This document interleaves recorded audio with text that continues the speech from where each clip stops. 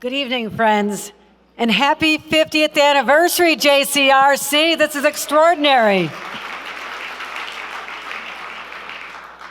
What I will say is I want to thank the incredible leaders of this organization, first of all with Mark and all my elected officials. You heard, I know Tish James is here, our great friend Tom DiNapoli, our controller, is here, many elected officials. Also, Glenn Golub, you'll be hearing from him as soon as I'm finished, your chairman, but also to all of you. And I'm here to talk to you briefly about how brokenhearted I feel, how brokenhearted I am to know that there is suffering in our community, the Jewish community, at the hands of people who are so callous, who just don't care about other human beings, that they're willing to intimidate them when they go to their houses of worship or wear a yarmulke on the subway. My friends, this is abhorrent to me as the leader of the great state of New York. It's abhorrent to all the values we've upheld together as a society since our beginning. And I'm going to continue to stand and be a vanguard to protect every single one of you, your children, your right to worship where you want, and just live as New Yorkers. And I'm going to do that because this is something I feel passionately about. Maybe because I'm the first mom governor. Happy Mother's Day to the other moms. I'm actually first grandma governor as well. But this is my family. You are part of my family. And no one can hurt a member of my family. They have to get through me first. So that is why something like the buffer zones. Yes, it's policy in the budget. Guilty as charged. But it's not going to happen if I don't do it that way. And I'm committed to making sure that we send a statement of our values, that we do believe that people have a right to worship free from harassment and intimidation. And we're going to get that done, my friends. I want to thank JCRC for all you've done as strong advocates on this issue and so many more. Also, since I've been governor, we have had to invest more money to protect places of worship and sensitive locations and yeshivas from people who do them harm. And just this week, just today, seems like a day doesn't go by we don't have another story of a swastika being drawn on a place that means so much to this community. People just so vile in what they do, just inhumane is the way I look at it. But I'm keeping investing money for protection, for security grants. When I first became governor, it was about $15 million a year. We're now up to $90 million. I believe in investing where people need it the most, and I'm going to continue making that commitment to each and every one of you. Also, I'm going to be standing up.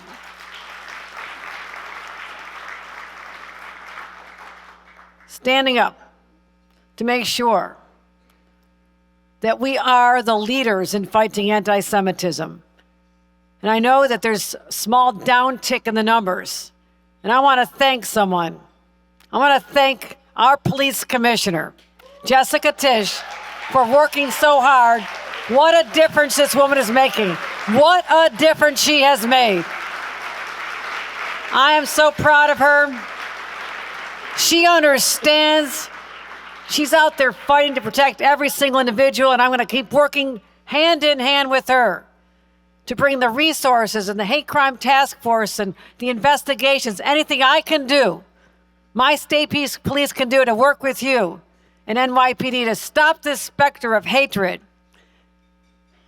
But also, while we're talking about our great police commissioner, let's talk about her mom. We celebrate moms this week. Let's talk about the influence of women.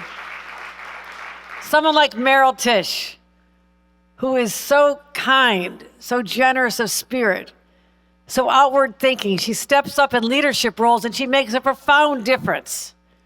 Just look at what has happened with SUNY under her leadership, attracting one of the greatest chances we ever could have imagined. I want to thank her for everything she has done and her family has done for this community. I'm going to say that as well. To all the families of New York, whether you're first generation success, building on the success of your parents or grandparents, Everybody starts with nothing in this state, including my own impoverished grandparents from Ireland. But it takes time, and people don't give up on this state. They don't give up because they know there's something special here. So all of you you've been successful, and sometimes feel you're not as welcome in this city, you are welcome in the great state of New York and the city of New York. We need you. We need to continue caring, continue supporting great organizations like JCRC, and I'll be with you every step of the way since I've been back, since that journey October 7th, right after October 7th. That journey changed my heart forever. And I've spoken to many of you about it as I've gone to different synagogues and locations. But I want to share one story with you before I close. I went there because I felt I was needed, just days after that horrific attack. People were in such pain and suffering. On behalf of all of you and the fact that I represent the largest Jewish community in the world outside of Israel, I wanted to go there in person and witness what happened so I could come back and be a validator and talk about it for those who would be deniers. And I went there. My father, who had been in good health, I talked to him at the airport, JFK, it's about 11 o'clock at night. I said, Dad, I'm going over. He goes, you're heading into a war zone. Dolly, he called me Dolly. He says, but Dolly, I'm so proud of you. But keep your goddamn head down. This is my Irish father, who for his 80th birthday wanted to do nothing but other than go to Israel, and he went. So this meant something to him. Unbeknownst to me, he passed while I was on the plane. And I landed in Tel Aviv, and my staff was preparing for me to leave. And I want to thank Jake and Eva, and let's give them a round of applause. These are incredible human beings and great ambassadors for me. They were with me on that journey. And I got the word that my dad was no longer with me, and it was shocking. He was in such great health. But I would not leave, because in the normal course of life, you expect a father in his 80s perhaps to pass at some point. But you don't expect your 20-year-old child at a dance festival losing their lives. So I needed to stay. I need to comfort people. I need to walk the streets. I need to go to the hospitals. I needed to go to Kfar Aza and tell them that they had friends across the world who would stand with them during this time of enormous atrocities, unthinkable since the Holocaust.